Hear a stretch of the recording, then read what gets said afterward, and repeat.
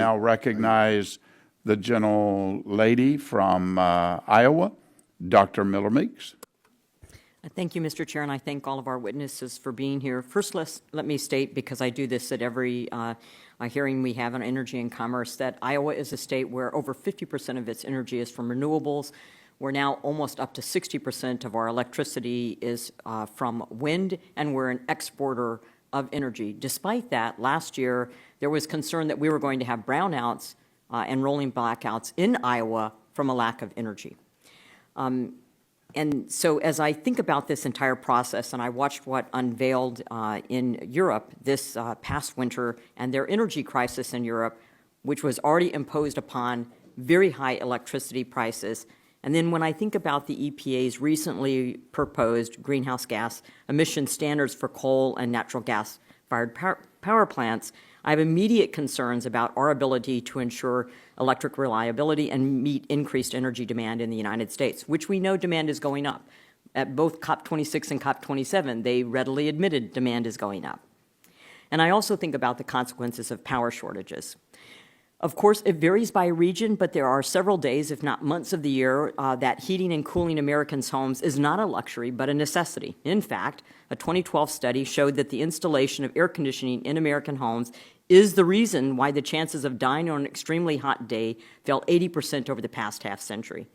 In a previous hearing at the Energy Subcommittee, I spoke about the lives lost globally each year from heat and cold. Lancet and Wall Street Journal articles in 2021 indicated exposure to hot or cold temperatures is associated with over 5 million premature deaths globally each year. Heat death is responsible for about 1% of global fatality, 600,000, but cold kills 8 times as many people, 4.5 million annually. A 2019 study from the National Bureau of Economic Research estimates that by driving down gas prices, the fracking revolution saved more than 11,000 American lives annually since 2010. Natural gas, targeted by the EPA's proposed rule, provided 40% of the electricity nationally in 2022, and as we've already heard, Secretary Granholm estimated that the demand for electricity would double with the emission standards yielding to electric vehicles.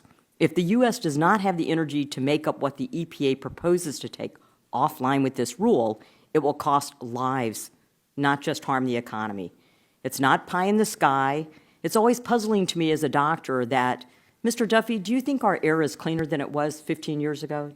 Yes. So our air is vastly cleaner than it was 15 years ago, but yet my colleagues on the other side of the aisle want to continually allude to increasing asthma rates, and it's puzzled me. We're saving lives because of air conditioning and heating, because we have affordable, reliable electricity, but yet we have cleaner air and asthma is going up. Maybe we did the wrong thing in the EPA. Mr. O'Loughlin, the North American Electric Reliability Corporation, NERC, and RTOs like PJM have warned that energy availability and electric reliability in the United States are already at risk as of today. EPA's proposed ruling would place further restrictions on power plants that would force early closures of key baseload energy facilities. Looking to the future, McKinsey's estimated that electricity demand is expected to triple by 2050. How will the United States be able to meet the significant increase in demand if EPA's regulations are finalized? Well, that's a great question. I wish I had a great answer for you because I'm not really sure how we will be able to meet increased demand with diminished electric supply. Does anyone know what the carbon emissions are from the mining of lithium, cobalt, rare earth elements that go into a solar panel, or the steel for manufacturing for wind turbines, into wind turbines for their, or the disposal of those said units when their life expectancy is expired? Do we know the carbon emissions? Mr. Duffy, do you know the carbon emissions? I know that there's no silver bullet, and that all of these. So you've taken that into the account at the EPA? EPA's job is to look at these power plants and determine the best system of pollution control for those power plants. So you don't care about the pollution control of other sources of energy? We certainly do, but what we're talking about today is the rule at issue. Thank here. you. And Mr. Snitcher, how will the closure of natural gas production affect our carbon emissions? Natural gas has led to the largest reduction in emissions in U.S. history. Since 2005, restructured regions around the country have had emissions drop by north of 35%. So we're actually going in the wrong direction if we try to eliminate natural gas, which has been the largest driver of reduced emissions. Thank you very much, Mr. Chair. I yield back my